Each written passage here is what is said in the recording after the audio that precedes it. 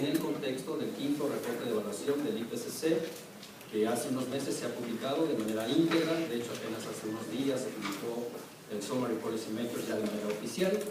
Entonces, este es un anticipo. Les aviso que estamos negociando una venida del IPCC a México para el mes de julio, que va a incluir talleres regionales. Es un evento latinoamericano donde viene el presidente en funciones del IPCC, Ismail Guizuli, está confirmado, y vendrán los chairmans de los 3 grupos de trabajo, más un gran contingente de académicos que van a estar presentes en estas instalaciones de la UNAM. Eso va a ser en julio. Va a ser un evento, por supuesto, abierto, va a ser nuevamente, como siempre acostumbramos, gratuito, y con sistema de transmisión por internet para los que no puedan llegar, o como los colegas que vienen de Chiapas lo puedan ver desde Chiapas para que no tengan que venir a México. Señores, los dejo con nuestra estrella del día de hoy. Muchas gracias, Clemente. Muchas gracias, buenas tardes. Antes que nada quiero agradecer al doctor Clemente Rueda a través del PIN la invitación a estar esta tarde con ustedes. Vamos a hablar de cuestiones de salud, que siempre es una área poco favorecida dentro del trabajo de medio ambiente. ¿Y por qué? Pues porque cuando se trabaja con medio ambiente, la mayor parte de los expertos se enfocan en cuestiones obviamente biológicas, geográficas. Y la parte de salud cuesta mucho que se discuta de este tema. Incluso en el IPCC, incluso en el Informe Mundial de Medio Ambiente, en el cual también he tenido la fortuna de participar, que es una publicación de Naciones Unidas que se publica cada 4 o 5 años, estamos por iniciar lo que es el 6º informe, y entonces uno platica con biólogos, con geógrafos, con climatólogos, con toda una diversidad de profesionales, pero cuando uno habla de salud, entonces todo el mundo voltea a vernos y dice, no, ¿de qué nos estás hablando? ¿Cómo metemos la salud con los bosques, con el agua, con el hielo? O sea, eso dificulta mucho las investigaciones, se nota, porque no tenemos todas las investigaciones que quisiéramos en el área de salud, medio ambiente y en particular cambio climático. Pero bueno, este es un esfuerzo que se ha estado logrando poco a poco, ¿no? El sector salud empieza a despertar. De por sí, esto es a nivel mundial también, cuando metemos salud y medio ambiente ahí hay un problema, ¿no? Porque en general el sector salud es muy endogámico. ¿Qué quiere decir esto? Que todos somos médicos, sí, y todos hablamos de medicina, todos hablamos de salud, pero cuando un profesional de otra área se mete a trabajar cuestiones de salud, no es fácil comunicarse con ellos. Entonces, esta endogamia hace que precisamente no sea todo lo fluido que quisiéramos para poder trabajar el tema. Entonces, con todas estas limitaciones, me permito comenzar la charla. Vamos a hablar de impactos de cambio climático en el planeta en general. Toda esta información está basada en lo publicado por el Panel Intergubernamental de Cambio Climático, IPCC por sus siglas en inglés. El futuro de lo que va del cambio climático, cuáles son los efectos en la salud, particularmente el aspecto de nutrición, enfermedades transmitidas por vectores, eventos extremos, en particular olas de calor e inundaciones, calidad del aire, salud ocupacional, salud mental, radiación ultravioleta, que tiene que ver con el daño de la capa de ozono, factores socioeconómicos que son muy importantes, los vamos a ver, particularmente pobreza, edad, cuestiones de género como un concepto social, adaptación, mapas de vulnerabilidad, sistemas de alerta temprana con beneficio y unas reflexiones finales. ¿Cuáles son los impactos de cambio climático? ¿Qué es lo que nos va a pasar? Bueno, se sabe que el calentamiento del sistema climático es inequívoco. ¿Qué quiere decir? Que ya no hay dudas de esto. Desde la década de los 50, que ha sido particularmente notorio, y muchos de los cambios que estamos observando no tienen precedentes en los últimos milenios.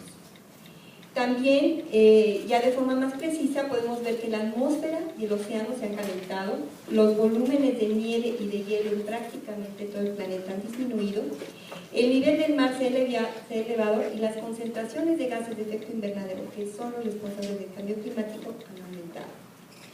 Esta es una figura del cambio observado en la temperatura de la superficie de principios del siglo XX hasta el año 2012. Estos son en grados centígrados, de menos 0,6 grados centígrados hasta 2,5. O sea, podemos observar en estas zonas cómo ha subido a 2,5 grados de temperatura promedio.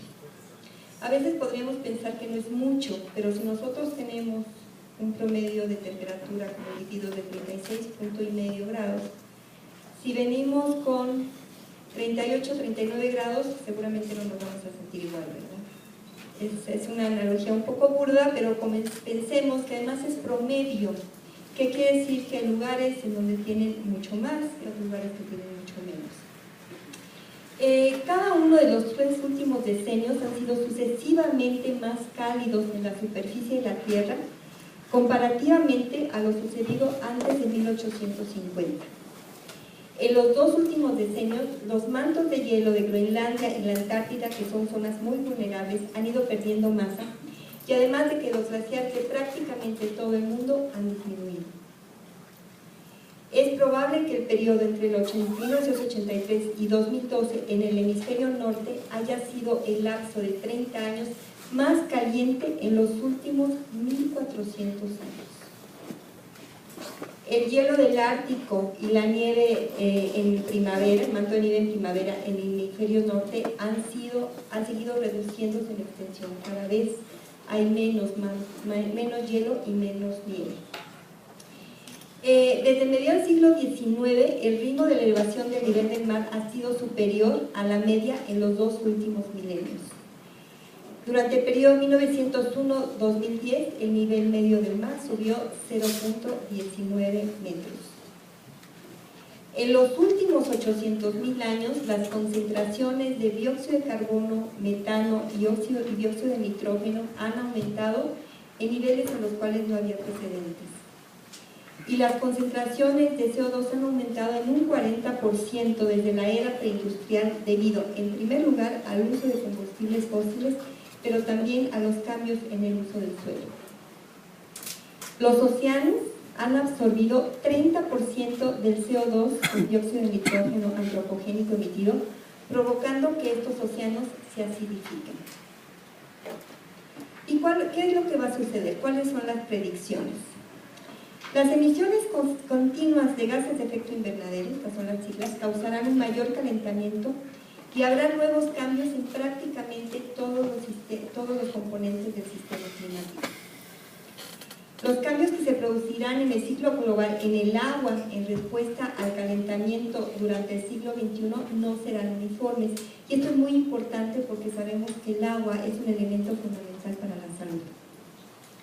Se acentuará el contraste entre las precipitaciones en las regiones húmedas y secas, así como entre las estaciones húmedas y secas, aunque podría haber excepciones regionales. Y esto es muy importante, seguramente algunos de mis colegas anteriores ya lo han mencionado. Estos son pronósticos, pero lo que va a suceder a nivel regional o a nivel local puede ser algo totalmente diferente. Y se entiende, el planeta obviamente tiene dimensiones inmensas, y no necesariamente lo que se propone va a suceder a un nivel. Y si no, veamos la primavera que estamos teniendo en el Distrito Federal y en otras zonas del país, ¿no? Ha sido una primavera totalmente anómala. Los océanos mundiales seguirán calentándose durante el siglo XXI y el calor penetrará desde la superficie de los mares hacia la parte más baja de los océanos, y esto causará alteraciones en la circulación oceánica.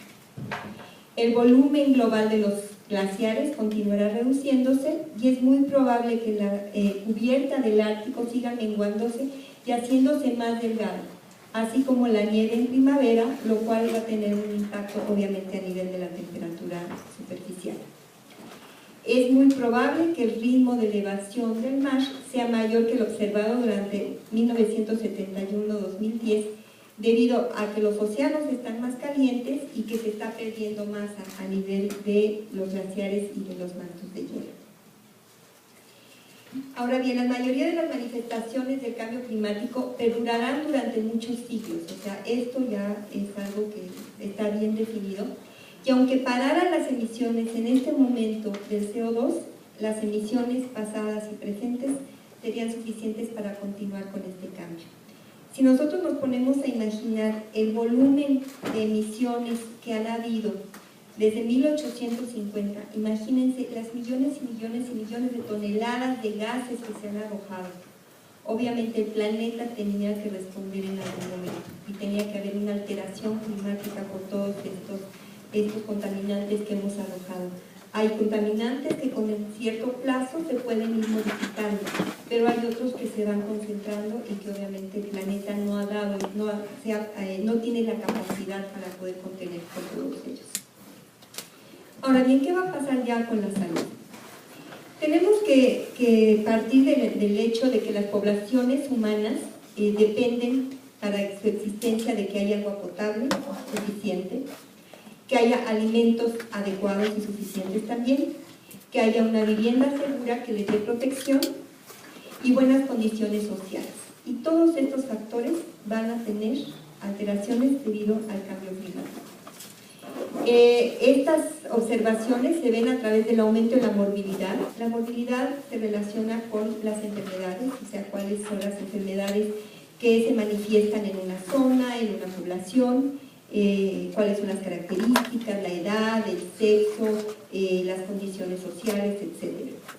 Mortalidad, obviamente el número de personas que fallecen, la discapacidad, entendida como alteraciones que permiten que una persona pueda tener una vida relativamente normal, así como la aparición de enfermedades en regiones que antes no eran endémicas. ¿Qué es una enfermedad endémica? Nosotros como enfermedad endémica en el país tenemos el dengue, ¿sí? Pero no teníamos la chikungunya, que es una enfermedad transmitida por un vector.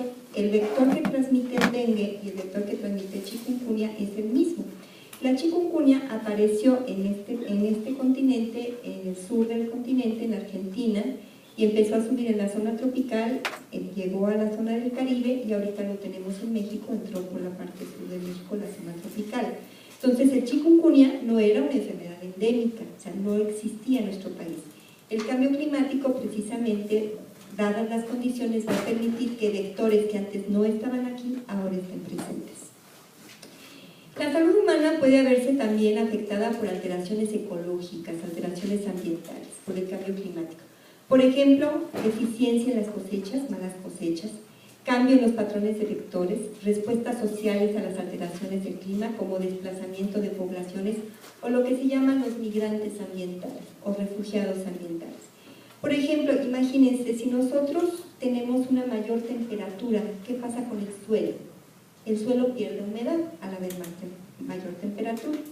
Y entonces, si nosotros tenemos un cultivo y ese suelo se seca, vamos a tener una necesidad, obviamente, de tener mayor irrigación. Pero si tenemos problemas en ciertas zonas donde se va a haber sequía, entonces, obviamente, la productividad de esos cultivos va a disminuir o se va a perder, y esto lo vamos a ver un poco más de detalle.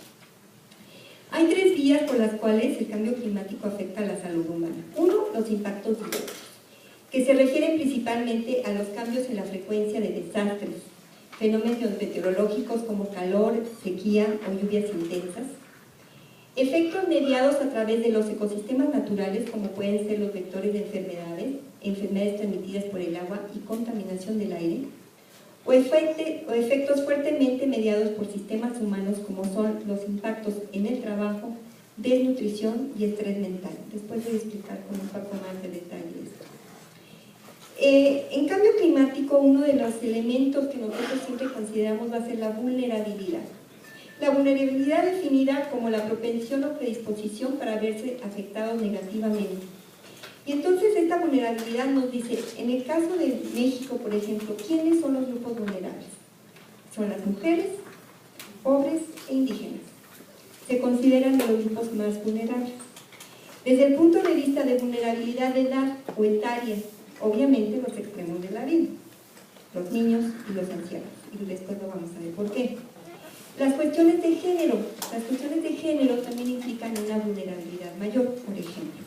En zonas pobres, en donde la mujer tiene que salir y caminar una X distancia para poder obtener el agua, mientras ella camina, va a estar expuesta, ¿sí?, a toda una serie de elementos ambientales, incluyendo los piquetes de mosquito. Y entonces ella, como función de su género, que es proveer de agua a su familia, entonces ese plazo, ese tramo en el cual ella se desplaza, puede ser picada. Pero también una mujer durante el embarazo se tiene que parar a medianoche varias veces a orinar. el hecho de que salga fuera del mosquitero con el que puede estar cubierta para que los mosquitos no la piquen y vaya al baño y regrese, es un momento en el cual ella puede exponerse a la picadura de mosquitos. Entonces las cuestiones de género son muy interesantes, les voy a dar 2 o 3 ejemplos posteriores, pero es un elemento que también propicia la vulnerabilidad. Y entonces, esta vulnerabilidad se relaciona a características individuales de población y a factores físicos y ambientales. También hay otros factores como educación, ingresos, estado de salud y capacidad de respuesta del gobierno que actúan como causas genéricas de vulnerabilidad y que se combinan. Les voy a dar posteriormente un ejemplo de personas mayores. Edad. Niños, jóvenes y ancianos están en mayor riesgo de sufrir lesiones relacionadas con el clima y enfermedades, y cuando los alimentos faltan, se sabe, sobre todo en zonas pobres, zonas rurales, que quien primero come en una casa siempre va a ser el varón, el padre, el que es el proveedor. Después van a comer los niños, o sea, los varones. Después van a comer las niñas, al final come la madre, si queda algo, por supuesto. Entonces, esto hace que ante un evento en el cual haya poca disponibilidad de alimentos por cuestiones de cambio climático, los niños menores de 5 años tengan una mayor posibilidad de desarrollar desnutrición. Las personas mayores tienen un mayor riesgo ante tormentas, inundaciones, olas de calor y otros eventos extremos, en parte debido a que son menos móviles que las personas adultas o los jóvenes. O sea, las personas mayores obviamente caminan con más dificultad, algunos ya tienen ciertas lesiones por caídas, muchos de ellos tienen ya enfermedades crónicas, diabetes, hipertensión, enfisema, y todas estas características los hacen extraordinariamente vulnerables, y además en muchas sociedades tienen propensión a vivir solos, y esto fue muy claro cuando la ola de calor en 2013 en Europa mató a entre 50 y 70 mil personas, muchos de ellos ¿sí? viviendo solos y en condiciones limitadas económicas. Uno va a Europa en agosto, va a París, pues lo que se encuentra son turistas. ¿Por qué? Porque los parisinos se van a tomar vacaciones a otro lado. ¿Quién no viaja? Los pobres y los ancianos. Entonces estas personas se quedaron en casa sufriendo la ola de calor, en donde la temperatura mínima no fue tan mínima. ¿Qué quiere decir? Una persona se expone a lo mejor a 28 o 30 grados, pero durante la noche baja a una temperatura de 15, 14 grados y el cuerpo se enfría. Pero si la mínima no baja a esa temperatura, sino se queda cerca de 20, obviamente hay un mayor estrés en el organismo. Y si es un organismo que está enfermo, pues los resultados pueden ser fatales, que fue lo que sucedió en ese momento. Son más propensos también a sufrir problemas de salud que limitan la capacidad, como factores de estrés, calor y contaminación atmosférica. El género, a nivel mundial, la mortalidad a causa de desastres naturales, incluyendo sequías, inundaciones y tormentas, es mayor entre las mujeres, pero esto tiene una variación regional. En América Latina hay muy pocos estudios de lo que pasa después de que sucede un desastre. La información que tenemos básicamente viene de Asia. En Asia hay mucha más información. Por ejemplo, se sabe que después de un desastre, muchas veces las mujeres tienden a prostituirse con tal de que les den alimentos para sus hijos o medicamentos para sus hijos. Las jovencitas, al no tener toallas sanitarias, utilizan harapos que enjuagan en los charcos, y eso es lo que usan para el flujo menstrual. Y esto propicia una gran cantidad de infecciones en la zona genital. También ante desastres en donde hay un caos, pueden quedar niños pequeños sin cuidado, y entonces esos niños después acaban en redes de prostitución infantil. Como les digo, esto es en Asia, tenemos prácticamente casi nada de información en América Latina. No sabemos qué pasa después del desastre, ¿no? De forma inmediata. De una vez les comento, hay un estudio interesante, un sistema de alerta temprana que se instrumentó en Bangladesh. Bangladesh casi se puede considerar el país de una mayor vulnerabilidad al cambio climático por los monzones. Cada vez que hay estos monzones, grandes áreas se destruyen, cultivos, zonas habitacionales, y entonces se elabora este sistema de alerta temprana, pero como siempre se hace sobre un escritorio. Y entonces no lo prueban y viene el primer evento, echa a andar el sistema de alerta temprana y cuando hacen la evaluación se dan cuenta que murieron una gran cantidad de mujeres y de niños. Y entonces, cuando empiezan a averiguar, ¿sí?, resulta que habían invitado a unos europeos a elaborar el sistema de alerta temprana, pero sin conocer la población, sin saber sus cuestiones culturales. Y en Bangladesh, por cuestiones de cultura, la mujer no sale de su casa si su esposo no le da permiso. Y entonces, si el esposo ya se ahogó, ya se murió, lo que sea, la mujer se queda en su casa con sus hijos esperando que el esposo llegue y le dé ese permiso para trabajar. Como no se tomó en cuenta ese factor cultural importantísimo, pues obviamente el sistema de alerta temprana fracasó. Entonces es muy importante, y después lo voy a mencionar otra vez, como estos sistemas de alerta temprana que son para proteger a la población, se trabajen con la población, porque finalmente son ellos los que lo van a usar y los que deben aceptar y discutir la forma en que se debe proceder para comunicarse. Por ejemplo, en la ola de París en 2003, lo que les decía, el exceso de mortalidad fue mayor entre las mujeres. Y después vienen los aspectos de nutrición. La nutrición, bueno, obviamente es algo que todos estamos conscientes de su importancia y está en función de la producción agrícola, del nivel socioeconómico, del precio y acceso al alimento, así como de las propias enfermedades humanas, y todo esto puede afectarse por el cambio climático. Sin embargo, solo la producción agrícola es la que se ha modelado, o sea, se ha hecho un esfuerzo para saber qué puede pasar. Si se produce una sequía, las poblaciones rurales que dependen de la agricultura de subsistencia, que para nuestro país son millones de personas, existe un gran riesgo de desnutrición y de enfermedades asociadas con el agua, en particular en zonas donde sabemos que puede haber una sequía importante. Y esta vulnerabilidad obviamente puede ser modificada como acceso a los mercados y establecimiento de sistemas de riego u otras tecnologías que ayuden a que la producción agrícola no se pierda.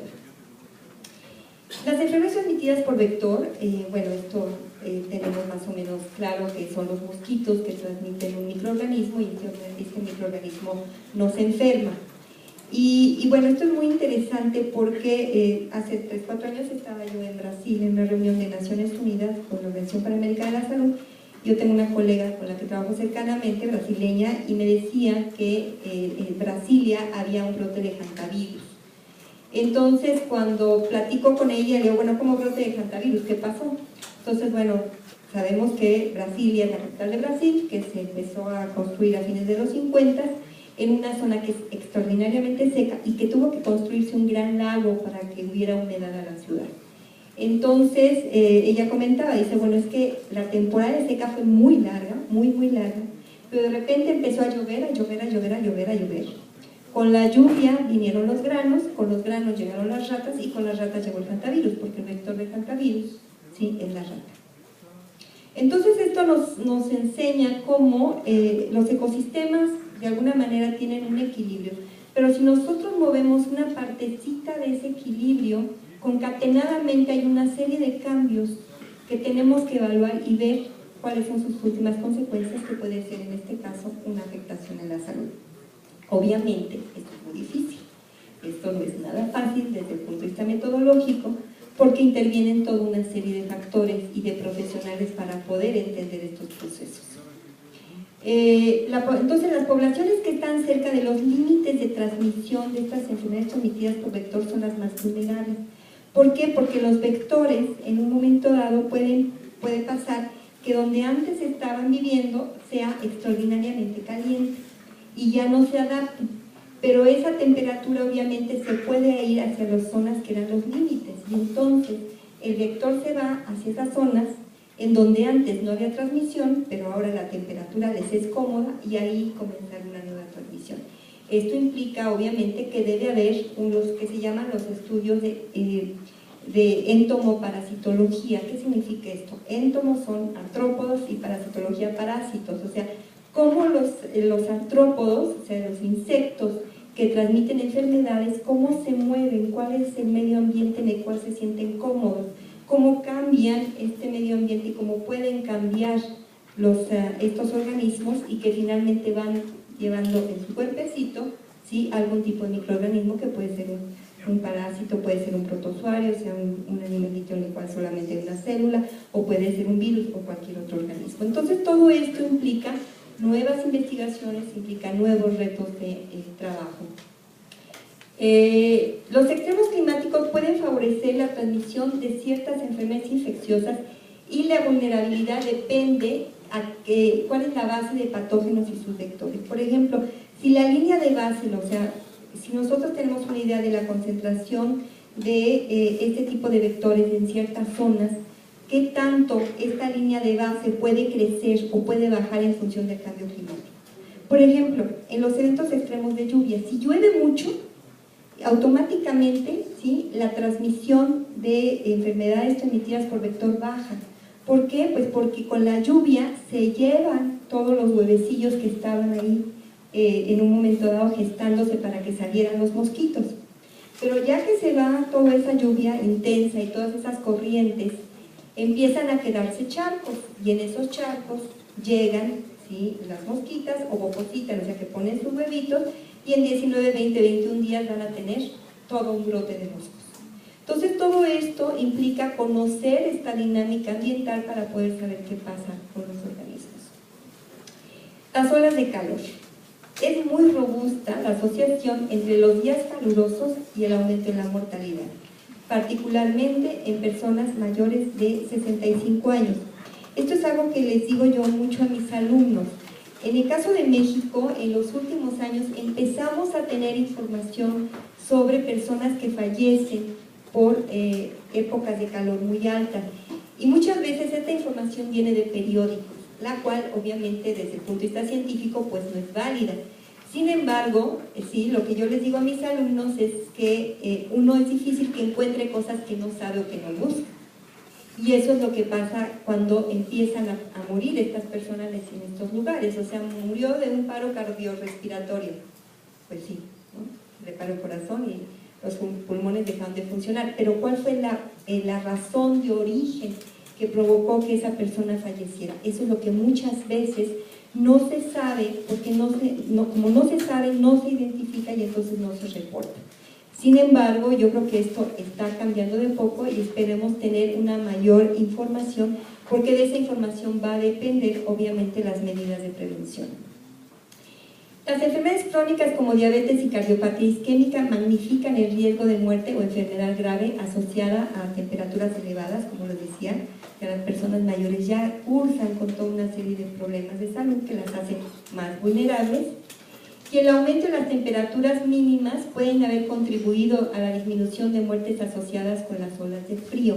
Esto se ha visto principalmente en el norte de Estados Unidos, en Canadá, en algunos países europeos, en donde las épocas de frío ya no son tan frías. Algunas veces, incluso hace 3 o 4 años, en noviembre, cuando ya en ciertas zonas como Chicago, como Nueva York, ya debería estar nevando, la gente todavía está con temperaturas de alrededor 18, 15 grados, que son extraordinariamente benévolas para la época del año. Entonces, esto no es que todos los años sea así, porque recuerden que un solo evento no hace el cambio climático, pero conforme está pasando el tiempo, empieza a haber ya una manifestación del clima que sale de lo que considerábamos la variabilidad climática normal. Las inundaciones. Este es un tema que en el caso de México pues nos toca mucho. A nivel mundial, la frecuencia de las inundaciones ribereñas han ido en aumento como pérdidas económicas debido a la expansión de la población en estas zonas, así como que a la ubicación de bienes. ¿Qué sucede? Que bueno, de repente dejó de llover, ¿sí? Y entonces las zonas donde antes se inundaba, decide la gente construir empresas, centros comerciales, casas habitación, y entonces como el agua tiene memoria, de repente empieza a llover y entonces se inunda. Recuerdo alguna vez estando ¿en dónde fue? ¿En Hermosillo? No, ¿dónde fue? En el norte, no me acuerdo ahorita en qué ciudad fue. Fue la capital de Coahuila. Saltillo, gracias. Estando en Saltillo, fui a dar una conferencia, y saliendo de la conferencia nos llevaron a comer, y otro colega y yo andábamos en la calle, bueno, estábamos en un auto con la persona que nos llevaba, y de repente empezó a llover, y en 4 minutos estaba flotando el cochecito con los 3 individuos. Entonces mi pregunta a nuestro anfitrión de la Escuela de Medicina, le dije, bueno, ¿y qué pasó? ¿Se les tapó el drenaje? Dice, no, es que aquí no hay drenaje porque nunca llueve, ¿no? Entonces, pues nos quedamos así, bueno, pero las cosas están cambiando. Sí, dice, ya constantemente nos inundamos, pero además, dice, las personas que se fueron y se instalaron en los nuevos centros, en las nuevas áreas habitacionales carísimas, carísimas, son las zonas que están en una bajada, en una hondonada. Entonces, todas esas casas finísimas se inundan hasta el primer piso, ¿no? Entonces, eso tiene que hablar, eso habla también de una mala clasificación urbana, de un mal uso del suelo. Y no sé si ustedes recuerdan el río también que está en Monterrey, en que pusieron muchísimas canchas en toda esa zona, y la vez que llovió y que se inundó toda esa zona, se llevó canchas y se llevó las casas que estaban en esa zona. Entonces, todo esto nos hace reflexionar de cómo todas estas decisiones que se tomaron hace años en ciertas condiciones supuestamente de seguridad, ahora no existe tal. Hay poca información sobre las tendencias de salud en inundaciones, a excepción de la mortalidad. Esa sí se supone que tenemos datos, pero hay también muchos cambios a nivel de país. No sé si ustedes vieron en las semanas pasadas, ¿no?, que hubo inundaciones en unas islas del sureste asiático, en Tuvalu, en donde, bueno, se destruyó muchísimas zonas, hubo gente que falleció, casas destruidas, y no es lo mismo que pase eso a que pase en Inglaterra o que pase en Alemania. Sí, seguramente ustedes habrán visto fotos, ¿no?, de 4 o 5 alemanes de 1,90, cargando una viejita, sin que la viejita se mojara, poniéndola en seguridad en 10 minutos, ¿no? ¿Por qué? Porque pues, son sistemas que tienen sistemas de alerta temprana y organización social, hay pronósticos, hay recursos, hay toda una infraestructura que está hecha para que en caso de que eso suceda, sean mínimos las afectaciones tanto humanas como habitacionales. Se espera una mayor frecuencia de eventos de precipitaciones intensas en la mayor parte del mundo, en la mayoría de los escenarios de cambio climático. ¿Qué quiere decir? Que va a seguir lloviendo de una manera muy importante en muchas zonas, en otras zonas habrá sequía. Si esto sucede, serán más frecuentes las inundaciones en cuencas pequeñas, y en cuencas de mayor tamaño hay una gran incertidumbre. En cuestiones de calidad del aire, este es un factor que hace sinergia con el cambio climático. ¿Qué quiere decir esto? Que las afectaciones por la propia contaminación atmosférica y por el propio cambio climático se unen para tener mayores consecuencias. Y un elemento muy importante son los incendios forestales. Y aquí en México tenemos, me parece, todavía una debilidad. En la época de estiaje, o sea, que en la época de seca, hay hay mayor temperatura, hay muy poca humedad, entonces se nos incendian los bosques. Y bueno, hay sistemas que nos podrían decir hacia dónde va la pluma de contaminación, ¿sí? O sea, hay modelos, hay sistemas, tenemos la tecnología para saber qué pasa. Pensemos que es, por decir algo, en Hidalgo, que se incendia un bosque en Hidalgo. ¿Hacia dónde está yendo? ¿Está yendo hacia la capital? ¿Está yendo hacia el norte? Y esa contaminación tenemos que evaluarla. ¿Por qué? Pues porque los incendios forestales producen muchas partículas de diferente tamaño, y las de 2.5 van a ser las más graves porque se van hasta el fondo del pulmón, y que además son muy agresivas para las personas que ya tienen problemas de salud, enfisema, asma, problemas de bronquitis crónica, ¿no? Son muy graves, pero además también hay una serie de sustancias tóxicas. Entonces, si nosotros tuviéramos sistemas de alerta temprana, podríamos decir, la pluma de contaminación por el incendio forestal va hacia Pachuca, ¿sí? Entonces se tiene que, por un lado, informar a la población para que las personas susceptibles no se vean afectadas, pero también para informar al sector salud que pueden llegar personas a los sistemas de emergencia con problemas respiratorios y con problemas oculares. Por ejemplo, en Alta Floresta, Brasil, se han hecho estudios de cuál es el impacto en los servicios de emergencias, y se ha visto que puede haber hasta 20 veces más número de personas que acudan a estos servicios de emergencia por la exposición a estos contaminantes. Entonces, en México todavía no tenemos una claridad de qué hacer con esta información. Puede haber una interacción de las olas de calor con el ozono troposférico. El ozono troposférico es este que nosotros respiramos aquí a nivel de la atmósfera.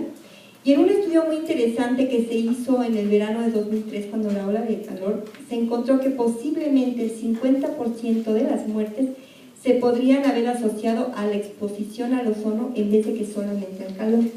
Se considera que posiblemente hicieron sinergia. Por un lado el ozono, porque el ozono es un gas altamente irritativo, y en personas que ya tienen ciertas patologías obviamente van a tener mayor impacto, pero si a eso le sumamos la alta temperatura, obviamente la situación puede ser muy grave. Condiciones cálidas favorecen en general la producción y liberación de alergenos que se transportan por el aire como hongos, esporas de plantas inferiores y pólenes.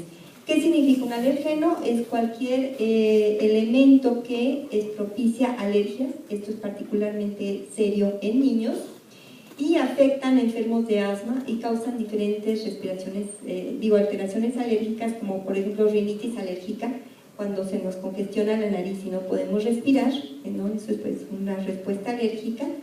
Y así como conjuntivitis, que es la inflamación de la conjuntiva del ojo, y dermatitis, que es la inflamación o alteraciones de la piel. Entonces todo esto también, aquí en el Centro de Ciencias de la Atmósfera tienen una red de aerobiología. La doctora Carmen Calderón es experta en el tema y a lo mejor algún día puede venir por acá también a platicarles, pero es muy interesante cuando uno ve cómo están los pólenes y las reacciones alérgicas a los mismos.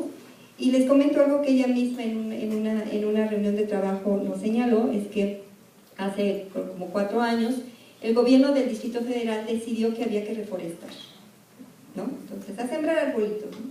¿Quiénes deciden? Bueno, pues los botánicos, los ingenieros forestales deciden cuáles son los árboles que hay que reforestar en función de las condiciones de la zona, en función de qué tan resistentes son, en función de la disponibilidad, en fin, toda una serie de características biológicas, y está bien. Pero cuando reforestaron con las especies que son más alergénicas a la población mexicana. Entonces, yo siempre le digo a mis alumnos de la Facultad de Medicina, ¿ustedes creen que los biólogos e ingenieros forestales le iban a tocar la puerta a la Secretaría de Salud del gobierno del Distrito Federal diciendo qué especies quieres que yo reforeste para que no haya alergias en la población mexicana? Jamás, ¿no?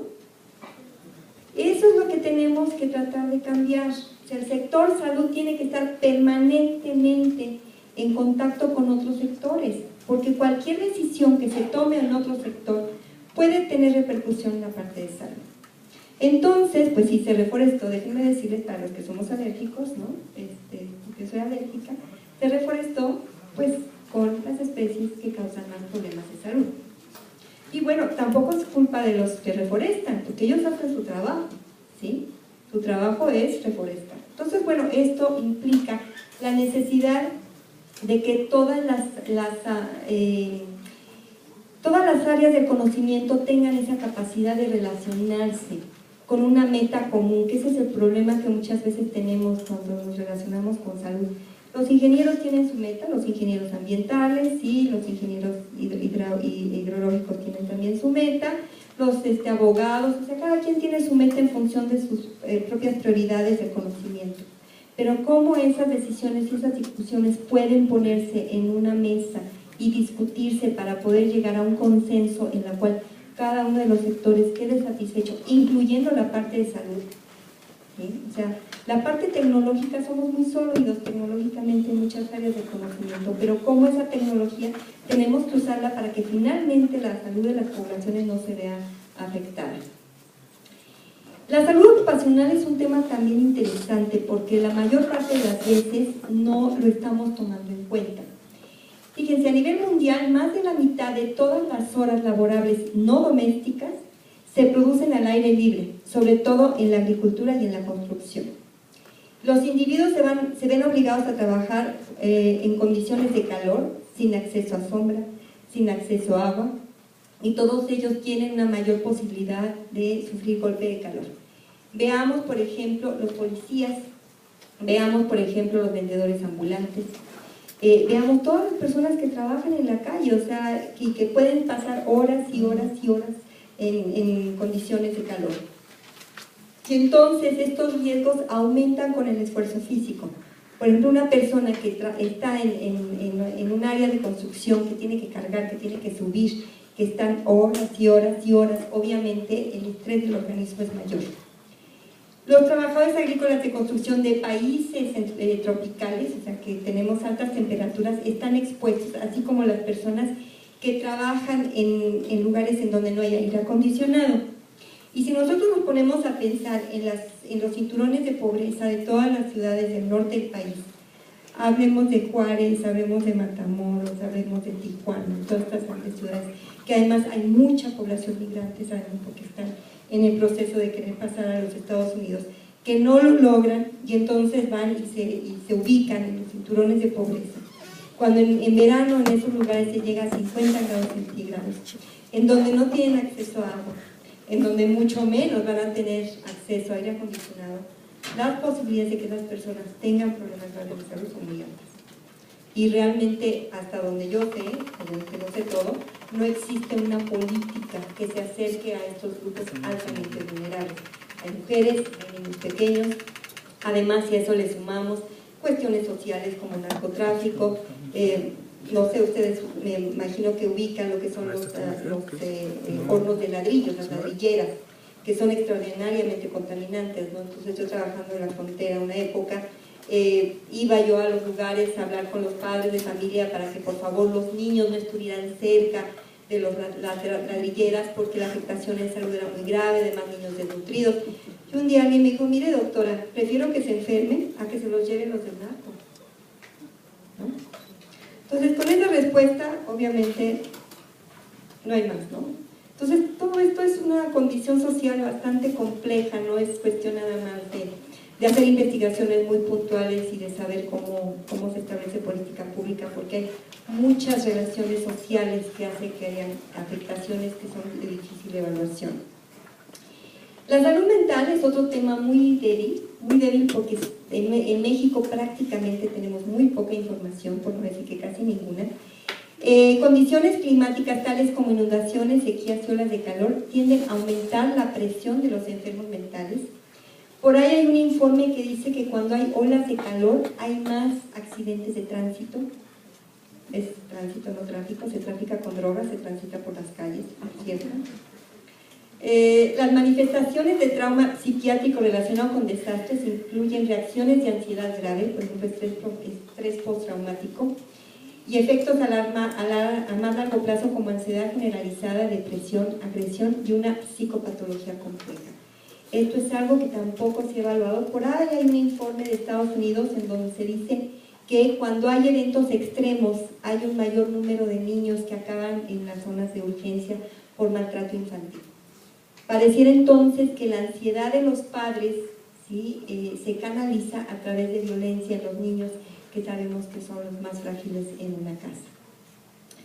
Para los eventos de lento desarrollo como sequías prolongadas, los impactos incluyen una angustia psicológica grave y una mayor incidencia de suicidio. No sé si ustedes recuerdan, hace como 2 años y medio más o menos, por ahí de principio de año, se dijo que había una sequía muy importante entre los rarámuri y que había varios hombres que se habían suicidado. Automáticamente la Secretaría de Salud dijo que eso no era cierto, ¿no? Bueno, como yo digo, a veces los rarámuri ni siquiera son registrados, pues menos muertes se va a registrar, ¿no? Tenemos mucha carencia de información en ese sentido. El año pasado estaba yo en una reunión internacional y uno de los colegas colombianos, muy interesante, les voy a comentar, ya en una charla informal en la cena, decía que ellos estaban haciendo una investigación retrospectiva sobre sequías y que entonces estaban yendo a ciertas zonas pero iban a las iglesias. Entonces cuando comentó las iglesias, todo el mundo volteamos a verlo y dijimos, ¿las iglesias? Sí, dice, es que en las iglesias de los pueblos se organizan rezos para que llueva. Y entonces los rezos se documentan en el libro de las iglesias. Y entonces estaban revisando las iglesias y decían, por decir algo, en enero, la primera semana de enero de 1890, se organizó el rezo porque había una sequía muy importante. Entonces está haciendo una forma indirecta de identificar épocas de sequía. Pero además esta persona también nos comentó algo que, bueno, a todos nos rompió el corazón, que dijo, es que en Colombia, cuando hay sequías, las familias salen a las carreteras a regalar a sus hijos. Lo recuerdo y se me vuelve a enchinar el cuerpo, ¿no? Realmente es una cosa verdaderamente dolorosa, o sea, no tienen para darles de comer. Entonces se quedan ahí hasta que alguien pasa y se llevan sus hijos. Alguien que ellos esperan que les dé una vida digna, ¿no? Entonces esto es algo muy doloroso y la pobreza, pues sabemos es prácticamente igual en todo el mundo, matizada por ciertas situaciones. La radiación ultravioleta. Los estudios de la recuperación de ozono estratosférico y el cambio climático proyectan que los niveles de radiación UV en la superficie terrestre regresarán a los niveles que había en 1980 hasta la mitad de este siglo. Estamos hablando del agujero de la capa de ozono. Las temperaturas más altas en países templados van a propiciar que las personas estén más tiempo en actividades al aire libre, lo que puede aumentar su exposición a la radiación ultravioleta. Los factores socioeconómicos es países y regiones más pobres suelen ser los más susceptibles a los fenómenos climáticos extremos y la variabilidad climática, pero los países ricos no son inmunes, sino simplemente tienen otros elementos para contender con las afectaciones. Entre ellos, pues muchos de estos países, sabemos que los edificios o los otro tipo de bienes están asegurados. Claro que esto implica que los seguros obviamente van a crecer en sus pólizas, pero bueno, por lo menos tienen seguros. Pero la mayoría de los países pobres no cuentan con estos seguros de protección. Los pueblos indígenas, que en América Latina sabemos son muchísimos, dependen en gran medida de recursos locales y viven en partes del mundo donde los climas están cambiando, por lo tanto van a estar expuestos a pérdidas económicas que de por sí son poblaciones muy frágiles y a una salud deficiente. Si a eso sumamos que son poblaciones que están expuestas a la intoxicación por plaguicidas, o bien en las zonas mineras que están expuestos a metales pesados por los jales de las minerías, y si a eso sumamos el cambio climático, obviamente la situación en salud se complica. Los hogares más pobres no solamente son más afectados por las inundaciones, sino que toman medidas preventivas con menos frecuencia y reciben una menor asistencia después de que pase el fenómeno. Y esto se ha visto, ¿no? Por ejemplo, en Guatemala había sistemas para dar dinero después de un evento extremo, pero el sistema no permitía dárselo a mujeres. Tenía que ser un hombre el que recibiera ese dinero. Y entonces, ¿qué sucedía? Que muchas familias se quedaban sin esta ayuda para poder restablecer sus condiciones de casa. Y también, por otro lado, en otros lugares se han hecho estudios que cuando el dinero se da al hombre, existen posibilidades de que ese dinero tenga otro tipo de usos, como alcohol.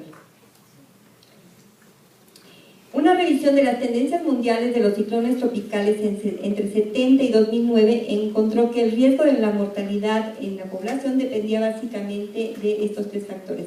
Uno, qué tan intensas eran las tormentas. El otro es la calidad de la gobernabilidad, o sea, cómo el sistema oficial está organizado para contender y proteger a estas personas, y los niveles de pobreza en los cuales se encuentran las personas afectadas. No sé si ustedes recuerdan el año antepasado con las lluvias que hubo con Manuel e Ingrid en Guerrero y en Oaxaca y demás. Realmente hubo mucha gente fallecida. Una colega que trabaja en el Instituto de Geografía, que fue invitada a visitar las zonas, decía, es que hubo cerros que totalmente se deslavaron, ¿no?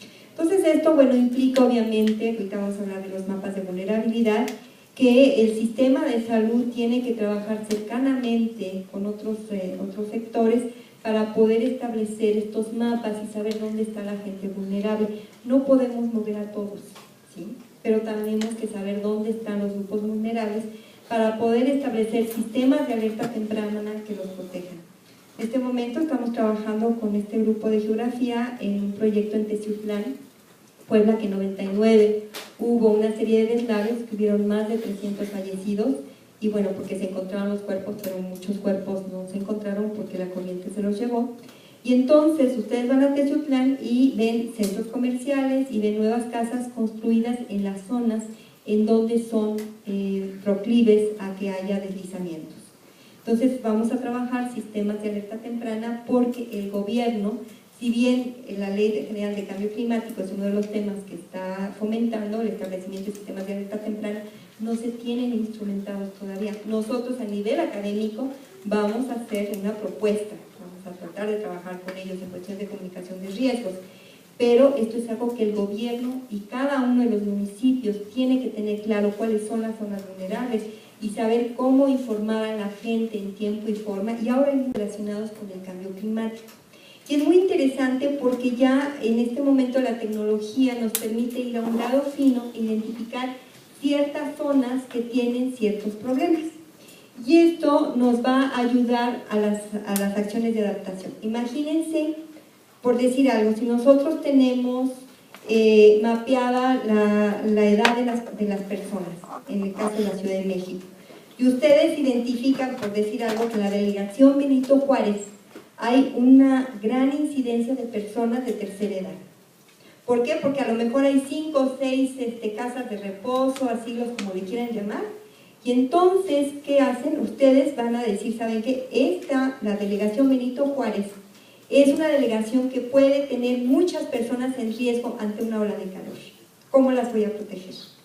Me voy a poner en contacto con todas las casas de reposo, ¿sí?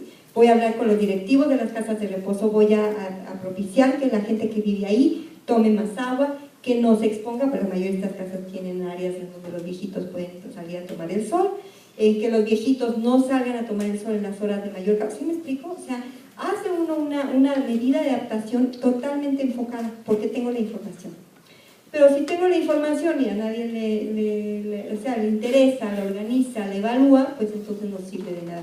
Estos mapas de vulnerabilidad pretenden a mediano plazo ser una herramienta para establecer estas medidas de adaptación. Y entonces, como dice aquí, se van a establecer estos programas de vigilancia epidemiológica antes de que ocurra un determinado brote de enfermedad. Y entonces tenemos aquí estos sistemas de alerta temprana que se han desarrollado en muchos lugares, en muchos países, para alertar a las autoridades de salud pública, de protección civil y obviamente la ciudadanía sobre los riesgos asociados con el clima. Y deben tener en cuenta la variedad de factores que pueden conducir a riesgos y cómo los usuarios finales deben participar, como exactamente les decía lo que pasó en Bangladesh, ¿no? O sea, la gente de Bangladesh a la cual va dirigido el sistema de alerta temprana se debería haber sentado con los organizadores para estructurar ese proyecto. ¿Qué es lo que vamos a hacer en Teciutlán? La idea con Teciutlán es trabajar con los jueces de barrio, trabajar con los medios de comunicación, trabajar con los maestros para decir, bueno, ¿cómo vamos a organizar los sistemas de alerta temprana? ¿Por qué? Porque la tecnología que está probando el Instituto de Geografía es un tipo de barra que entra en ciertas zonas en donde el terreno es frágil y está monitoreado permanentemente aquí. O sea, hay un sistema que constantemente está diciendo cómo está estable esa zona. En el momento que hay inestabilidad, automáticamente la información llega ahorita al Centro de Ciencias del Instituto de Geografía. La idea es que esa información llegue a la municipalidad y en ese momento se echa a andar el sistema de alerta temprana. ¿Para qué? Pues para evitar que haya deslizamientos en donde la gente resulte lesionada o muerta. Papel de otros sectores en la adaptación. Es importante tener en cuenta que la adaptación en otros sectores puede influir de una manera positiva. Por ejemplo, la revegetación de las cuencas hidrográficas para mejorar la calidad del agua, y entonces eso ayuda a la calidad ambiental. Pero también puede haber problemas en salud, y el ejemplo son los humedales urbanos diseñados para el control de inundaciones. Sí, estos humedales permiten que la inundación no vaya más allá de la zona urbana, pero van a ser un cultivo para mosquitos que transmitan una serie de patologías. Otros sectores como el de abastecimiento de agua y saneamiento, agricultura, infraestructura, energía, transporte, gestión del uso del suelo y otros, juegan un papel importante para determinar la determinación de los riesgos que pueden haber y las gestiones resultado de estos problemas. Y aquí precisamente me gusta mucho esta caricatura porque aquí están, ¿no? O sea, cada uno de ellos puede representar un diferente sector y están tratando de armar un rompecabezas. Y cada pieza de rompecabezas es importante para entender ese sector, ¿sí? Es importantísimo, pero ninguna es más importante que otra. Ajá. Entonces, en la medida que podamos tener este enfoque holístico, este enfoque global, este enfoque en donde tengamos claro quiénes participan, cómo deben de participar, en qué momento, con qué herramientas, cómo se apoyan, pero una meta común, podemos tener este rompecabezas armado y que nos dé los elementos necesarios para poder adaptarnos. Y entonces este término de cobeneficios ha sido muy interesante. ¿Por qué? Pues porque existen toda una serie de medidas para mitigar las emisiones. ¿Qué quiere decir? Que haya menos emisiones de gases de efecto invernadero. Y un ejemplo muy claro en el caso de México es el uso del Metrobús. El Metrobús, antes de que se instalara el Metrobús, se hizo un estudio a través de un monitor personal para medir la exposición a contaminantes atmosféricos de las personas que viajaban en los camiones que iban por todo Insurgentes. Entonces se hizo ese estudio y desde 24 horas, ¿no? La persona trae colgado su aparatito y entonces se evaluaba de la exposición a todos los contaminantes que tenemos en México. Y entonces se mete el Metrobús, ¿sí? Y se hace ese mismo estudio y se les pone el monitor a las personas que iban en el Metrobús. Y se encontró que usando el Metrobús, ¿sí? Se disminuía de forma importantísima la exposición a contaminantes atmosféricos. Entonces esto es lo que es una medida de cobeneficio. O sea, por un lado el Metrobús se metió para disminuir las emisiones de los cientos de camiones que andaban por todo Insurgentes. Entonces se mete un bus con tecnología limpia y entonces emite muchísima menos contaminación, pero además protege la salud de la gente. Eso es lo que se llama una medida de cobeneficio. Claro que aquí implica pues toda una serie de elementos, implica la creatividad, implica ver cómo el sector salud se puede ver beneficiado, pero la idea es que muchas de estas medidas cada día sean más comunes para proteger la salud de las personas. Finalmente tengo algunas reflexiones. Hay evidencias de que las intervenciones para la reducción de la pobreza en la salud pública, tales como suministro de agua y saneamiento y los sistemas de alerta temprana y respuesta en caso de catástrofes y epidemias, ayudarán a proteger la salud frente a los impactos del cambio climático. Y si se fijan, pobreza y salud pública son acciones que de por sí los países tienen que hacer. O sea, no necesariamente están asociadas al cambio climático, pero sí la pobreza y todas unas condiciones de marginación, falta de educación, falta de comunicación y de información, todo eso hace a poblaciones vulnerables. La incertidumbre, ¿por qué? Porque muchos tomadores de decisión quieren que les digamos el sí o el no, y sabemos que en ciencia no hay sí y no. La incertidumbre es el grado en que la sociedad va a fortalecer esos servicios. Hablamos de sociedad y hablamos de gobiernos, incluyendo en cuenta todos los riesgos que impactan el cambio climático. Y hasta mediados del siglo, el cambio climático actuará principalmente exacerbando los problemas de salud que ya tenemos en este momento. O sea, es difícil que vayamos a tener problemas nuevos. Entonces, tenemos que seguir trabajando en resolver los problemas que ahorita tienen nuestras poblaciones vulnerables. Los riesgos más grandes se presentarán en las poblaciones que están actualmente ya sufriendo las enfermedades asociadas con el clima. Se espera, por ejemplo, que los efectos por desnutrición se produzcan principalmente en donde existen ya problemas de inseguridad alimentaria. O sea, si ya sabemos en México qué poblaciones tienen carencias alimentarias, son las poblaciones altamente vulnerables a las cuales tenemos que dirigir nuestros esfuerzos actualmente. Si el cambio climático continúa como se proyecta a través de diversos escenarios hasta mediados de siglo, los mayores problemas de salud se presentarán a través de un mayor riesgo de lesiones, enfermedades y muertes debido a las olas de calor más intensas y a los incendios. Aumentará la proporción de niños con retraso en el crecimiento que dependen de la agricultura de subsistencia, o sea, niños de zonas marginales y pobres, pero esto puede mejorarse con esfuerzos de adaptación como inversión en tecnología y en educación y mayor uso de tecnologías agrícolas. El aumento en las temperaturas también puede afectar la seguridad alimentaria en la productividad de los agricultores. O sea, si los agricultores están expuestos a estas ondas de temperatura altas, también su productividad puede bajar. En términos de exposición a inundaciones, se espera que más personas estén expuestas en Asia, África, América Central y Sudamérica. En el caso de México tenemos muy claras cuáles son estas zonas también de afectación de inundaciones. Es muy probable que aumenten las pérdidas de salud causadas por las tormentas e inundaciones durante este siglo si no se toman medidas de adaptación. Esto ya es una realidad, tenemos que abocarnos a proteger estas poblaciones de inundaciones futuras. Es probable que la investigación en materia de protección a la salud provenga de estudios interdisciplinarios y que se incluyan incluso tomadores de decisión en las siguientes áreas. Mejor evaluaciones de vulnerabilidad y adaptación que se centren de forma articulada en poblaciones vulnerables y los cuales va a haber una serie de complejidades, pero hay que enfrentarlas. Estimación cuantitativa de la efectividad de las medidas de adaptación. Tenemos que evaluar, que esto es algo que tenemos una debilidad muy importante. Todas las medidas de adaptación que se propongan deben ser evaluadas, porque si no, no vamos a saber cuál fue su éxito, no vamos a poderla mejorar, no vamos a saber si el costo que representó fue realmente adecuado o si verdaderamente estuvo por abajo o por arriba de lo que nosotros hubiéramos esperado. Deben haber sistemas de vigilancia, monitoreo y observación que enlacen datos de impacto del clima en salud y economía y que proporcionen una base para los sistemas de alerta temprana, así como el desarrollo de escenarios futuros, y evaluación de los cobeneficios en salud de las políticas de mitigación alternativa, como les decía hace un momento. Y terminaría con esta reflexión: el actual estado de salud de una población puede ser el factor predictivo más importante de los impactos futuros de la salud por el cambio climático, así como una idea de cuánto nos va a costar esto. Esta información la tenemos, entonces de aquí debemos de partir para trabajar los problemas futuros. Y con esto agradezco su atención.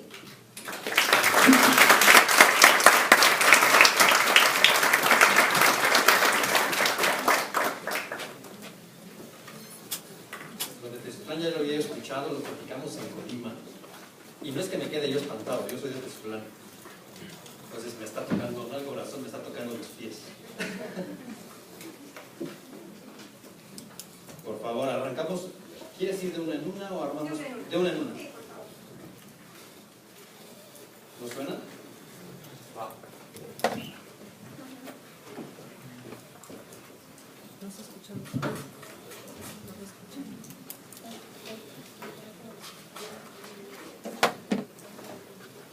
Sí, buenas tardes.